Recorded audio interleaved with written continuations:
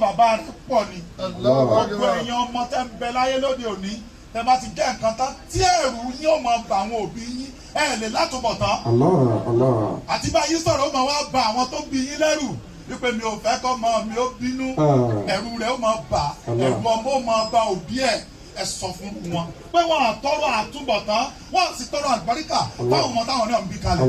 Gbogbo ọmọ tí ò bá gbọ́rọ̀ sóbì rẹ̀ lẹ́nu kò lè látúbọ̀tán. Ó ṣe lè wù kó o jẹ́ ọmọ làwọn bí kalẹ̀ yìí abiná ló jókòó yìí tí èyí bá sọmọ ni òní rí báyìí. Èyàn máa ń tọrọ tó bá fẹ́ lọ́dọ̀ Ọlọ́run Ọlọ́run ó sì máa fún yàn ní téèyàn bá ń béèrè lọ́dọ̀ rẹ̀. Àdúrà yẹn ṣàdédé gbà àfi kéèyàn ó béèrè oní Sàkáríyà ò fi bẹ̀bẹ̀ ó pe Ọlọ́run rẹ̀. Ọlọ́run bá mi ọ Ọlọ́run jẹ́ ẹ̀rú bà mí. Ọba mi kò sẹ́ni mo lè pè mọ́ lẹ́yìn náà o. وإني خفت لمولي من ورائي وكانت امرأتي عاقرا وهب لي من لدنك وليا. Ó béèrè ń tọrọ nínú tó dáa nínú iṣẹ́ Ọlọ́run. Obìnrin pàtàkì. Kí àfa wa yìí kó tó yan ìyá ẹ̀ láàyò Ọlọ́run ò sì ní dàrin yín. Àmín. Challenges yóò máa wà ìpèníjà yóò máa wà ṣùgbọ́n Ọlọ́run máa gbé yín borí. Olúwa ṣínà mi Abọ́dúnrìn Olúwatíresí Ọlásùnkànmí Ọmọ́táyọ̀ Ayọ̀sùnkànmí Àkànní Abinatẹ́lá barakallahu fi Awani Abíọ́lá barakallahu fi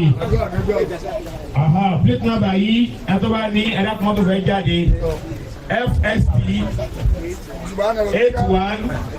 815FR Lexus ní ẹ̀dá kan tó kọ́ lọ́wọ́. سبحان ربك رب العزة عما يصفون والسلام على رب العالمين صلى على النبي الكريم. Jọ̀wọ́ má gbà bọ̀dé sí mi débi ire orí mi o ẹlẹ́. Owó kórì mi wọ́n gbà bọ̀dé lálá ẹni àkọ́kọ́. Orí mi o ẹlẹ́. Àbáwọlé ní àkọ́kọ́. Dákun jọ̀wọ́ má gbà bọ̀dé mi débi ire. Ó ti yá orí mi o ẹlẹ́dàá mi. Dákun orí mi o ẹlẹ́dàá mi. Dákun jọ̀wọ́ má gbà bọ̀dé sí mi débi ire. Tó wá sọ pé ìṣẹ́ bí òun nínú lórúkọ Jésù ìjọ tí ẹnìyẹn bá dá wípé Joel Adésúre ló fẹ́ lọ ṣiṣẹ́ ní ibi lórúkọ Jésù ẹni ò ní rí ọjọ́ yẹn ò ní bá láyé in the name of Jesus Christ wàá gbé láyé wàá ṣeun rere wàá gbé láyé wàá ṣeun rere lórúkọ Jésù ògùn ẹ kò ní báráyé nínú abádẹ́rẹ́ tó ń bínú ìyá àfọwọ́ rẹ̀ ṣe rẹ̀ and so shall it be in the mighty name of Jesus Christ in Jesus wonderful name we have prayed. Daddy and mommy, this name Ama Amulo, in the essence that Ama Funi certificate, Ama certificate. So one for you later on behalf of the church. So, bye. Every date is put today's date. You have the copy. Oh, there you can watch it. Okay, good. Everyone, I'll send them. Okay, last. Okay. That's wonderful.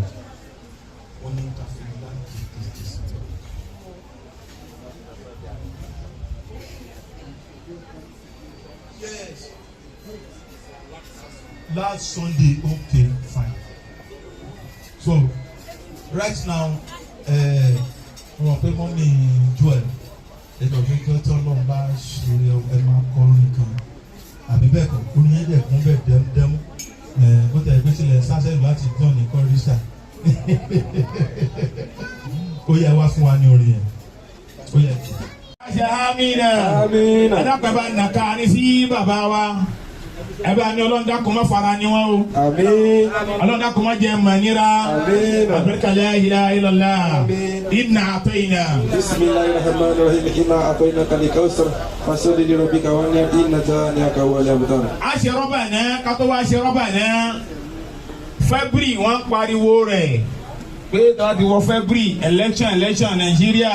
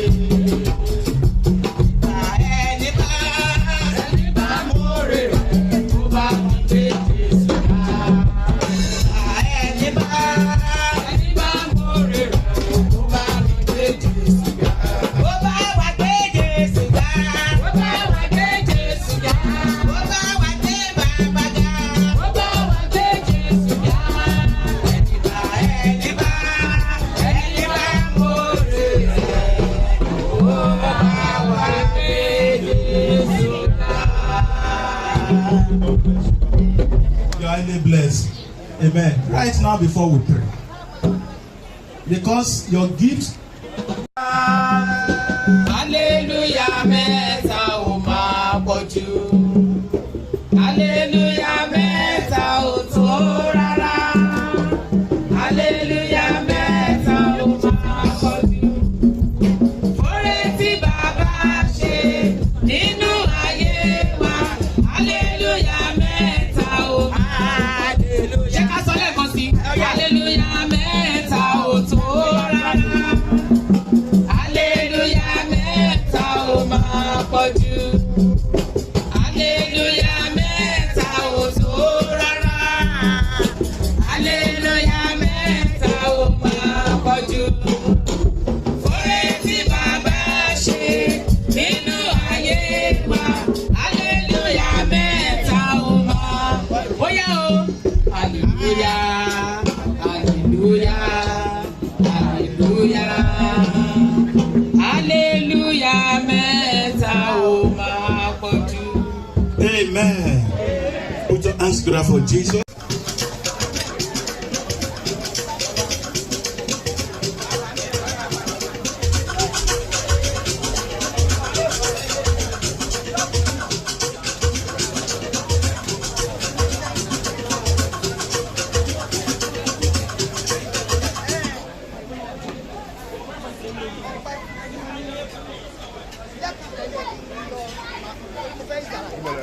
Ayọ̀ báwo ni? Tó jẹ́ mẹ́ta ṣe dáadáa. Thanks for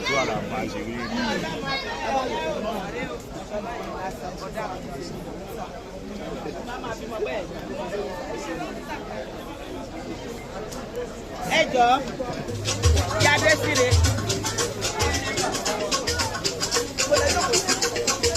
Jide Kosoko.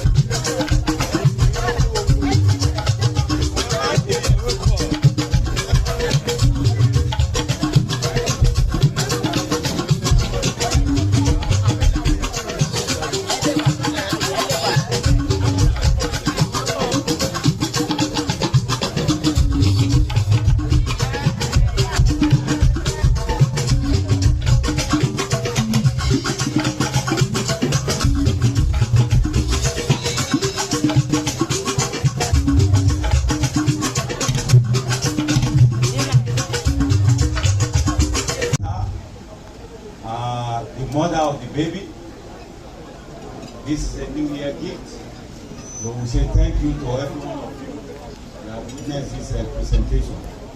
May God bless everyone that is here. Thank you. Thank you so much. I quickly wanted to say this. The reason behind this is that while the child is growing, and school expenses, all these things, elementary, and all of that. So our convener, the prophetess Worola Williams, said, okay, we will have to make sure this getting into his account, everything, so the money will be growing, and growing. By the time is of that age to go to school, it will be very easy for him, and he's growing up as a millionaire already, and his school expenses and all of those things are already in place and all of that. Why? It was because of a gesture. And I just want us to understand that for some of us who are stars and all of those, this kind of a gesture, you never know when it's going to be paying back. It's because of a gesture that she's shown to us, impact and inspire, and she actually inspired a whole lot of people when we had the event. So on behalf of Impact and Inspire again and all the team, we want to say congratulations to you once more, and I believe the child is already a millionaire. That's our belief. This is our own mentality. This is what we think. And God, we, guide him all through his younger age till the time he's going to be enjoying the seed that we have sown for him. By God's grace, and you all will witness this same great moment, and you will live to witness this same great moment. May God bless you. May God bless every one of us that came, and I want you to go and enjoy your meal. May God bless you. Thank you so much. Oh, thank you. Wonderful. Yeah. Please, I want you to put your hands together for Dr. This money is not for you. Mommy, please. This money is not for you. It's for Abdulwahid. You are going to take 10% of this money later to the church as your tithe. As his tithe. Then the rest, please use it to open an account for you. Switzerland. Yes, at Switzerland. Now, mommy, please, can you stand up?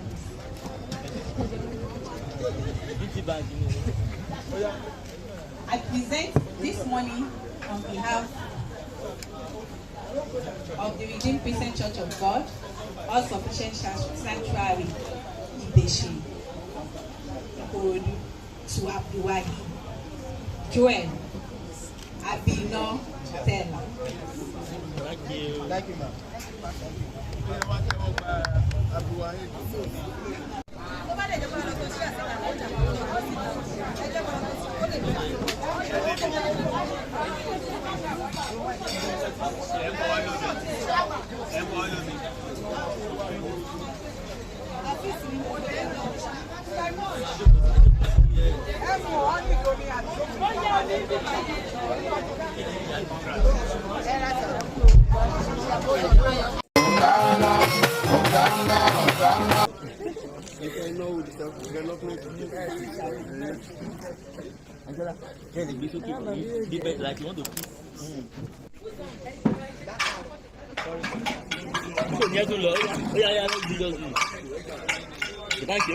You can go, children can go.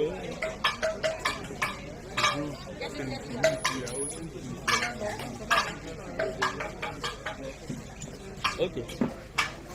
Blow the kid again. Yeah, thank you. Let's get another. Let's see. I got me. Good.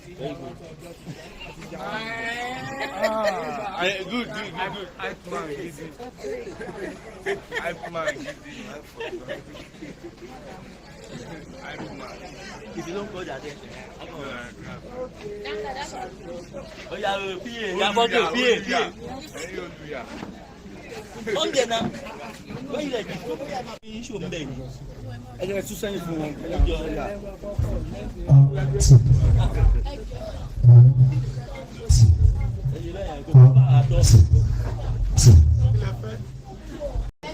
Video.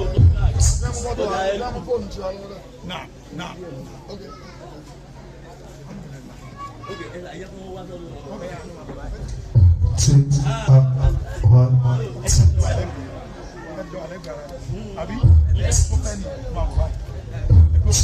Okay. Okay. We have the video man.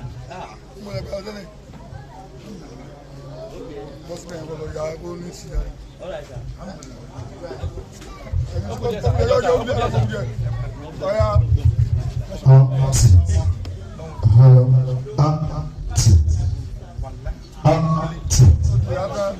Okay.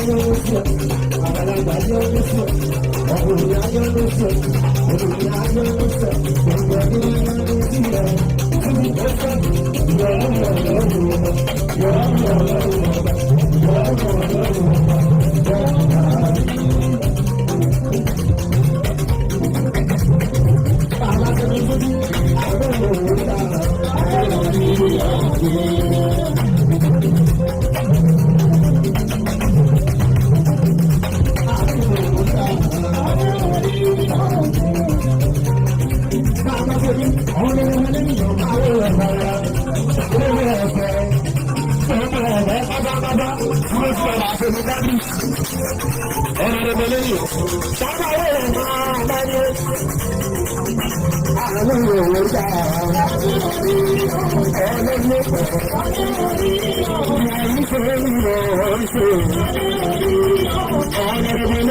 Ní ààyè ní ẹgbẹ́ Joel Abdulwaheed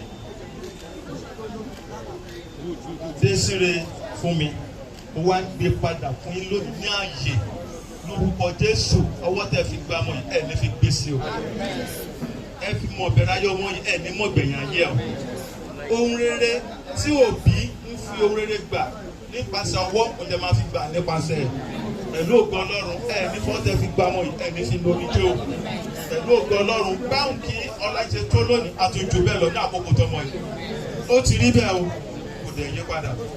In the name of God the Father and of the Son and the Holy Spirit. Receive. Let's put our hands up for Jesus. Amen.